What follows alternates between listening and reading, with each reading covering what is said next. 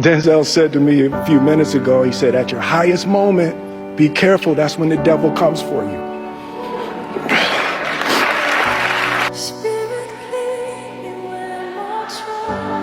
I want to apologize to the Academy. I want to apologize to all my fellow nominees. I look like the crazy father, just like they said. I look like crazy father, just like they said about Richard Williams. But love will make you do crazy things. Will Smith didn't disappear because Hollywood turned its back on him. He disappeared because for the first time in his life, he had nothing left to hide behind.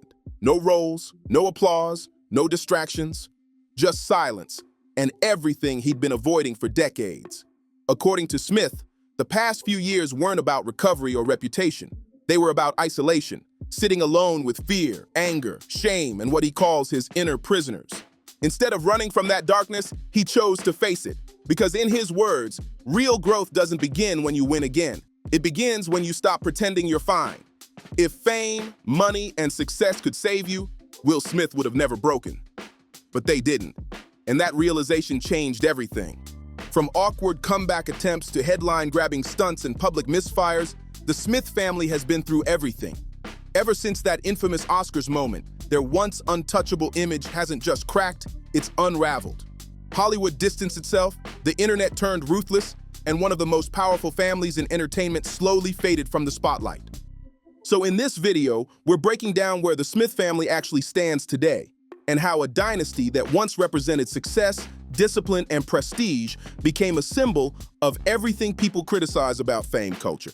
Let's start with Will Smith. Will Smith has described this chapter of his life as one of deep self-reflection, spiritual growth, and an uncomfortable search for truth.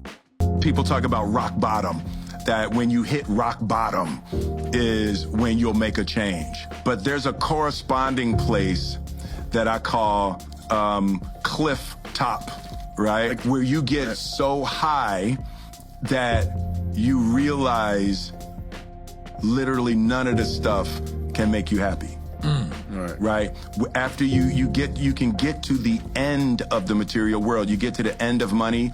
You get to the end of sex. You get to the end of fame. You have so much and then you like go off of a cliff. After several turbulent years in the public eye, he says he's no longer running from his darker sides. He's learning to face them. According to Smith, the past few years were spent largely in isolation. Away from the spotlight, he confronted what he calls his inner prisoners: fear, anger, shame, and unresolved pain. Instead of suppressing those emotions, he chose to sit with them, believing that real growth only begins when you stop pretending everything is fine.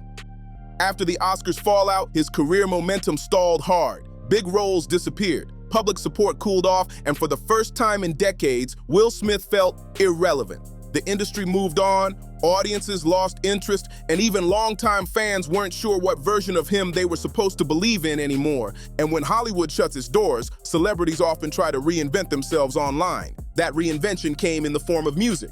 In mid-2025, Will attempted a musical comeback that instantly went viral, but not for the reasons he probably hoped. The track opens with him sitting in a therapist's office, framing his personal struggles in a way that left listeners confused rather than sympathetic.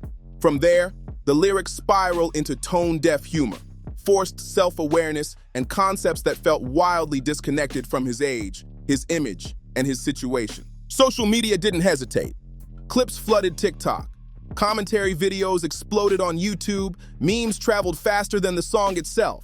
I just saw this Rumi quote that I love. Set your life on fire and seek those who fan your flames. The Philly translation of that is, don't be hanging with no jank-ass jokers that don't help you shine. Instead of rebuilding credibility, the moment cemented the narrative that Will wasn't reading the room, or worse, didn't know how to anymore. And that's where things really shifted. Because this wasn't just about one bad song. It was about a legend struggling to adapt in a culture that no longer gives passes, no longer protects reputations, and no longer separates fame from accountability. You don't even have to dig for the backlash, as it's everywhere. YouTube comments, Reddit threads, headlines, music critics. The reaction was almost unanimously brutal. Many listeners described the project as uncomfortable, overly self-focused, and strangely out of touch with the moment. Some critics even called the lyrics unintentionally unsettling, saying the tone felt more exploitative than reflective. This track wasn't a one-off either. It was part of Will Smith's album based on a true story, his first full-length release in nearly 2 decades, and instead of marking a triumphant return, it quickly became one of the worst-reviewed albums of the year. Pitchfork delivered one of the harshest verdicts, scoring the album a 2.4 out of 10. The review described it as a hollow apology tour, lacking both artistic direction and genuine perspective. More like a public relations pitch than a musical statement. Rolling Stone echoed that sentiment, criticizing the project as clunky and weighed down by awkward forced attempts at inspiration that never quite landed. The Independent wasn't much kinder, giving the album just 2 out of 5 stars. Their review pointed to a lack of innovation, flat vocal delivery, and songs that tried to feel uplifting but ended up sounding lifeless. And that's what made this hit even harder. These were supposed to be his people, the critics and outlets that once championed Will Smith as Hollywood's ultimate safe bet. The universally liked superstar who could say anything, do anything, and still be protected by the industry. But the commercial response was even worse than the reviews. The album failed to chart on the Billboard 200 entirely, a first in his career. Settle down, stop it, Abel. All right, bring them forward.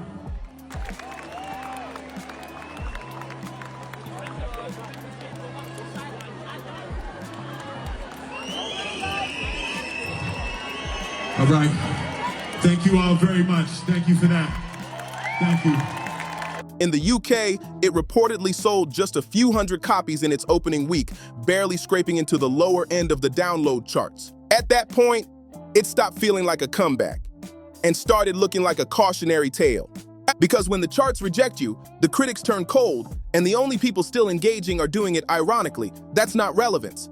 That's the internet watching a legend struggle in real time. And no, that number isn't a typo. 268 copies. Local indie bands sell more than that at a single merch table. In an attempt to turn things around, Will Smith took his comeback straight to the people, performing live at London's King's Cross Station. The idea was raw, public, and symbolic. The result? Brutal. He asked commuters to chant. He asked them to dance. They didn't. The crowd stood frozen, expressionless, motionless, like cardboard cutouts waiting for the next train. Viewers described the scene as painful to watch. No energy, no engagement, no spark, nobody dancing, nobody smiling, just silence. And somehow, that wasn't even the lowest point. By August 2025, during his European tour run, Will posted a video meant to show massive crowds cheering him on. There was just one problem. The crowds weren't real. People immediately noticed distorted faces, unnatural movements, impossible hand placements, and figures moving like NPCs in a video game. The internet clocked it instantly. Comment sections exploded, not with support, but disbelief. The reaction was ruthless.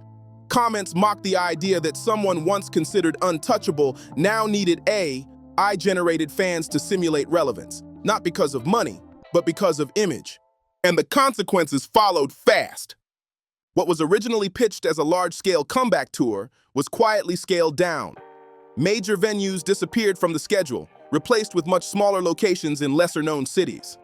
The downgrade wasn't subtle, it was glaring. This was the same man who once sold out stadiums worldwide. Now he was downsizing, damage controlling, and trying to digitally recreate the kind of crowds he used to command effortlessly. That's when it stopped being about one bad album or one awkward performance. It became about something far more uncomfortable. Watching a global icon struggle to accept that the world had moved on. At this point, the contrast was impossible to ignore. Digital crowds replacing real fans, small regional gigs instead of major cities, and an audience that had grown up while he hadn't evolved with it. Back in the 1990s, that glossy, playful rap style worked. Songs like Miami and Summertime fit the era perfectly. But that was 3 decades ago, when Will Smith was untouchable, universally liked, and culturally in sync with the moment. Fast forward to now, and the same formula feels frozen in time. That reality hit even harder when you remember this isn't a young artist struggling to break through. Will Smith is approaching 60. His image has been battered, his credibility questioned, and yet he kept pushing the same message, insisting the comeback was right around the corner. In March 2025, he doubled down by dropping a freestyle with Lyrical Lemonade, a move meant to signal relevance and authenticity. Instead, it became another viral moment for all the wrong reasons. The setting felt awkward, the delivery felt forced, and the bars themselves didn't help. Lines meant to sound tough landed flat, and the repeated insistence that this was the bounce back only made it feel more desperate, like saying it enough times might make it real. The reaction was painfully familiar. Viewers compared it to watching a parent try to freestyle at a family barbecue. Not offensive, just deeply uncomfortable. Nobody wanted to be mean, but nobody wanted to defend it either. As the music side continued to unravel, Will shifted focus back to acting. In 2024, he returned to familiar territory with Bad Boys, Ride or Die, hoping nostalgia could succeed where reinvention hadn't. The movie made money, but the response told a different story. Many saw it less as a triumphant return and more as a calculated retreat to safety. Not a bold reinvention, but a reminder of who he used to be, leaning on legacy instead of rebuilding trust. And that's where the problem really sits. Because comebacks don't work when they're announced. They work when the audience believes in them. And by this point, belief was in dangerously short supply. Behind the scenes, the desperation was already setting in. According to reporting from The Hollywood Reporter, representatives for Will Smith had quietly begun reaching out to studio executives again, for the first time since the Oscars incident. The goal wasn't subtle. They were testing the waters, trying to see if anyone was still willing to hire him. Bad Boys. Ride or Die wasn't just another sequel. It was a test case, a way to measure whether Will Smith still had any box office value left, whether audiences would show up, whether studios could justify taking the risk. In many ways, it felt like a Hail Mary, a last attempt to prove he was still a viable movie star.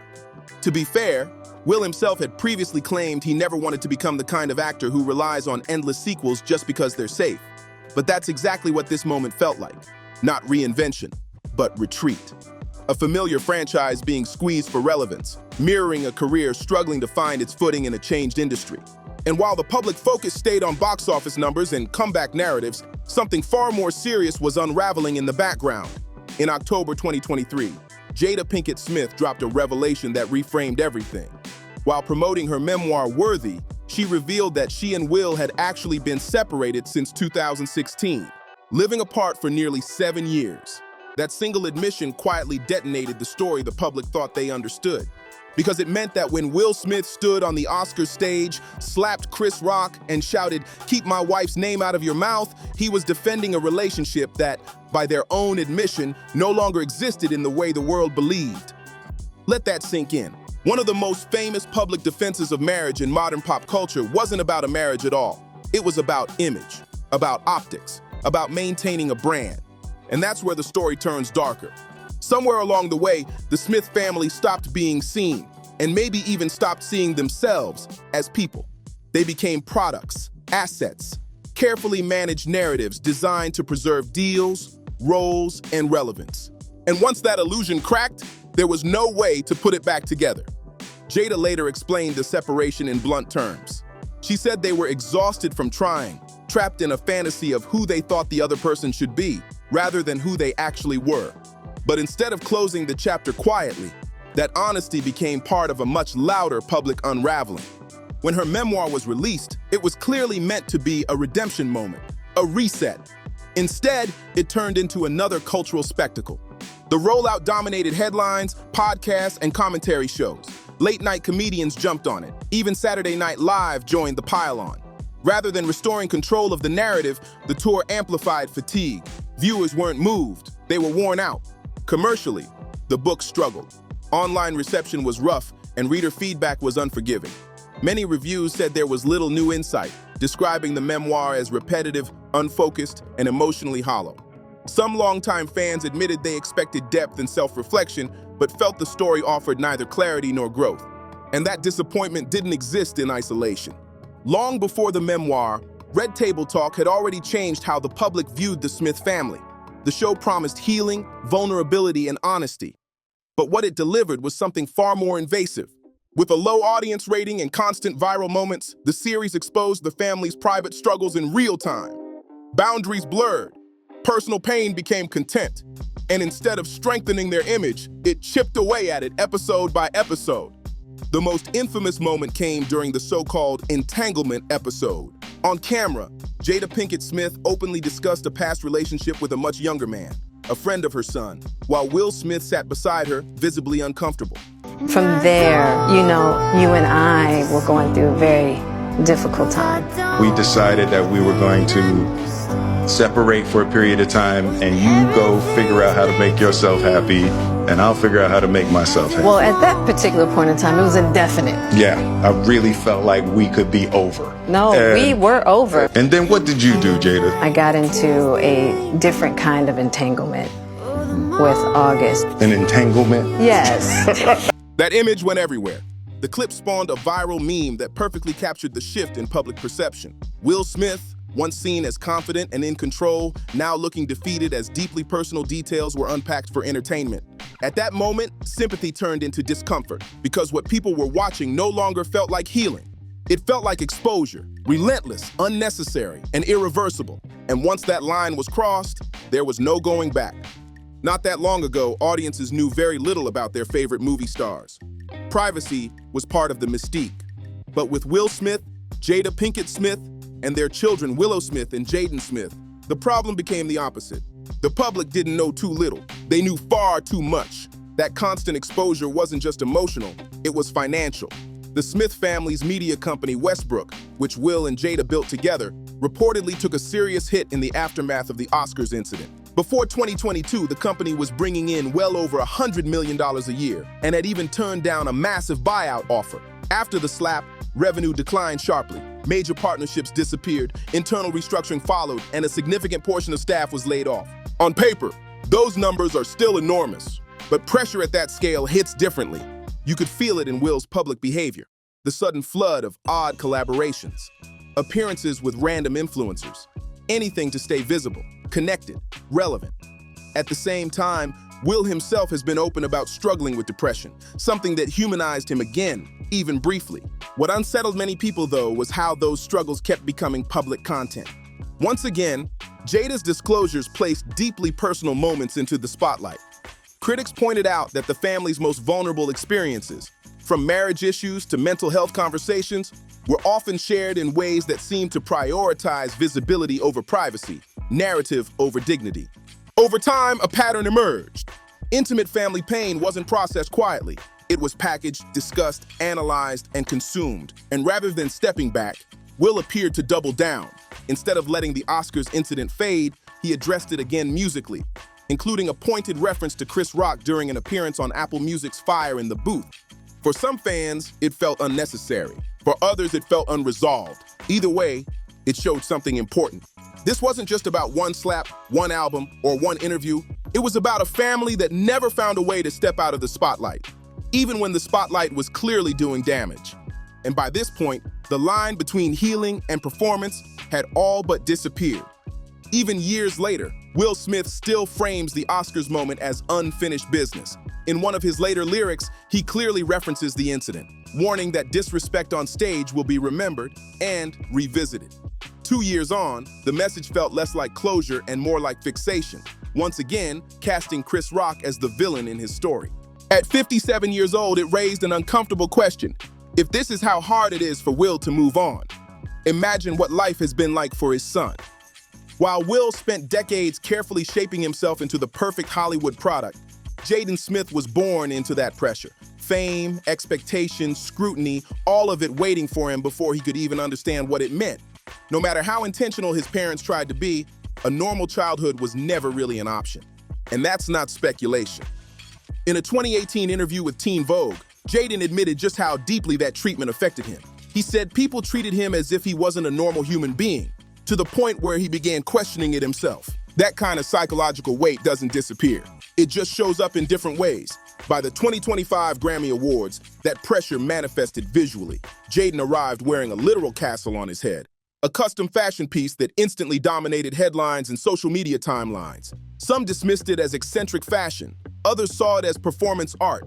But beneath the spectacle, the reaction revealed something deeper: frustration. Not just with the outfit, but with what Jaden represents to many people. Extreme access without the usual barriers. That tension exploded again in late 2024 when Jaden was announced as the first men's creative director at Christian Louboutin. The backlash was immediate. Critics weren't debating his creativity. They were questioning the system that allowed a role like that to be handed to someone whose last name already opens every door.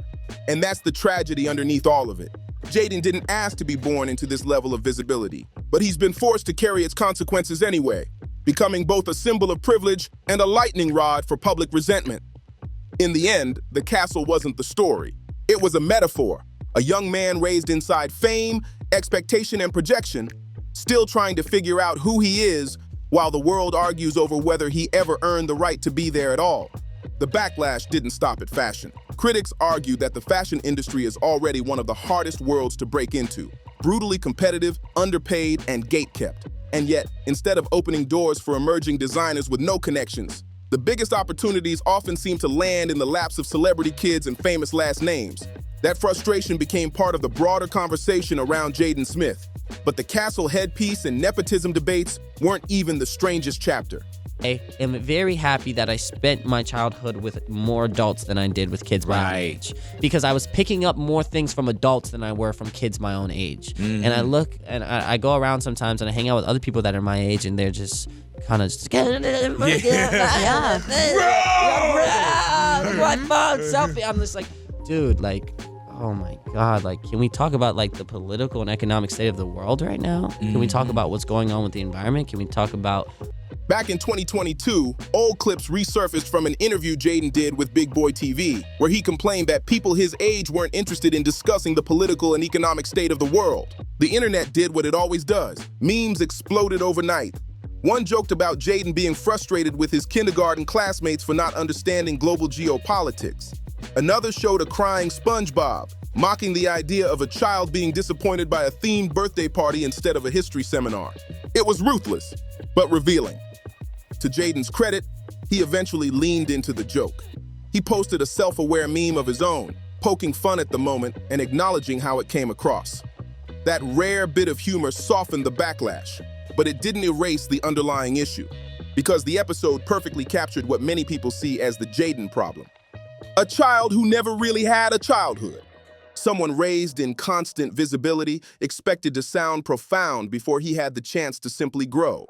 Instead of wisdom, it often came off as performative seriousness, not because he was malicious, but because he was trying to fill a role that was never age-appropriate to begin with. And that context matters. When Jaden publicly supported his father after the Oscars incident with a celebratory tweet, many people saw the same pattern repeating, a misplaced sense of moral certainty shaped by growing up inside a bubble where consequences rarely land the same way. It wasn't cruelty that frustrated the public. It was disconnect. A disconnect between lived reality and inherited influence, between struggle and access, between being heard and being understood. And by this point, Jaden wasn't just being judged as an individual. He had become a symbol of a system people were already angry at. Not because of who he is, but because of what his story represents. This is often what happens when privilege gets mistaken for wisdom.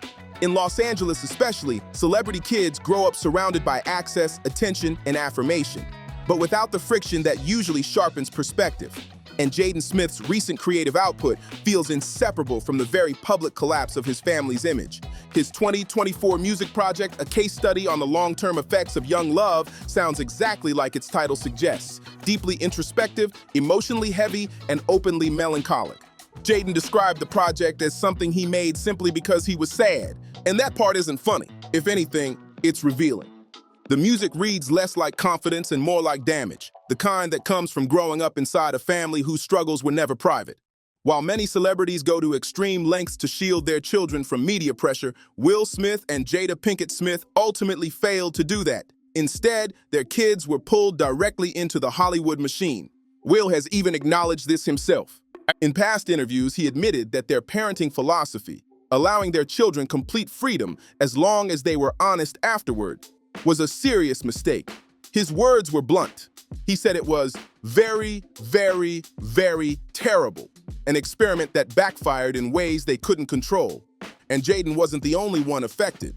Willow Smith has faced her own controversies. In August 2025, she posted an emotional selfie on social media paired with an explicit caption that immediately sparked backlash. Critics didn't just question the post, they questioned why such raw moments were once again being shared publicly. Instead of deleting it and moving on, Willow responded defiantly. She dismissed critics as unable to understand her humor, a reaction many viewers recognized immediately. The familiar Smith family reflex. When misunderstood, Assume the audience simply isn't smart enough to get it. And that's what ties everything together. Again and again, deeply personal moments are made public. Again and again, criticism is met not with reflection, but with dismissal. Not accountability, but distance. By this point, it's no longer about individual mistakes or bad projects. It's about a family raised inside constant visibility, confusing expression with healing, and exposure with authenticity. And the cost of that confusion didn't just land on Will and Jada, it landed on their kids. But the spiral didn't stop there. Willow Smith made a more serious misstep, one that exposed just how disconnected Hollywood celebrity culture can be from the realities it claims to represent. Her debut novel, Black Shield Maiden, was heavily criticized for its portrayal of North African Muslim cultures, described by critics as shallow, reductive, and built on harmful stereotypes. The backlash was immediate, and the irony was hard to miss. Willow had long positioned herself as an advocate for marginalized voices, someone deeply concerned with representation, empathy, and social awareness. But when she attempted to step into that space through her own work, she missed the mark completely. What was meant to uplift instead reinforced exactly the kinds of narratives she claimed to oppose. At that point, the pattern was impossible to ignore. This wasn't just a series of individual mistakes. It was a family unraveling in public, each member reacting to fame in their own way, but all trapped inside the same machine. Will, once the most beloved man in Hollywood, now posting exaggerated crowd footage and releasing therapy-style rap records to prove he's still relevant. Jaden, oscillating between sincerity and spectacle, castles on his head, powerful roles handed to him before he's earned the trust that usually comes with them. Jada, turning deeply personal family trauma into public content, framing exposure as enlightenment. And Willow, discovering too late that intention doesn't excuse impact. What makes this story uncomfortable isn't just celebrity excess, it's the broader reality behind it. Somewhere along the way, society decided that famous people, and especially their children, don't deserve the same privacy as everyone else. Every misstep becomes content. Every flaw becomes entertainment. But in the Smith family's case, they didn't just endure that system, they fed it. And that's why a family that once seemed to have everything, talent, respect, influence, and goodwill, has become a cautionary tale. Not about cancel culture, not about one slap, but about what happens when attention replaces authenticity, when healing becomes performance, and when fame stops being a tool and starts being the identity.